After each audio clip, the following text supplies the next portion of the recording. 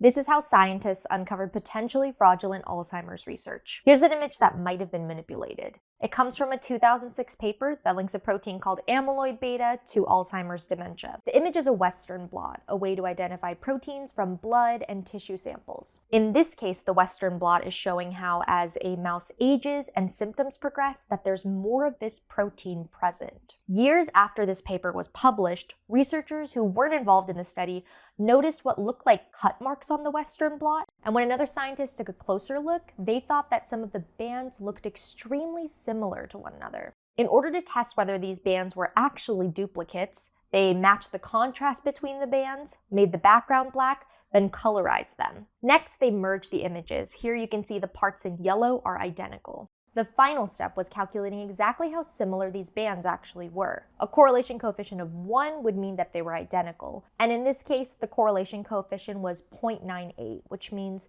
it's pretty unlikely that these bands just happen to look extremely similar to one another. Neuroscientist Matthew Schrag identified altered or duplicated images like these in dozens of scientific papers related to Alzheimer's. Some scientific journals have started to use software that can test for this sort of manipulation in the hopes that this would be caught before the papers publish.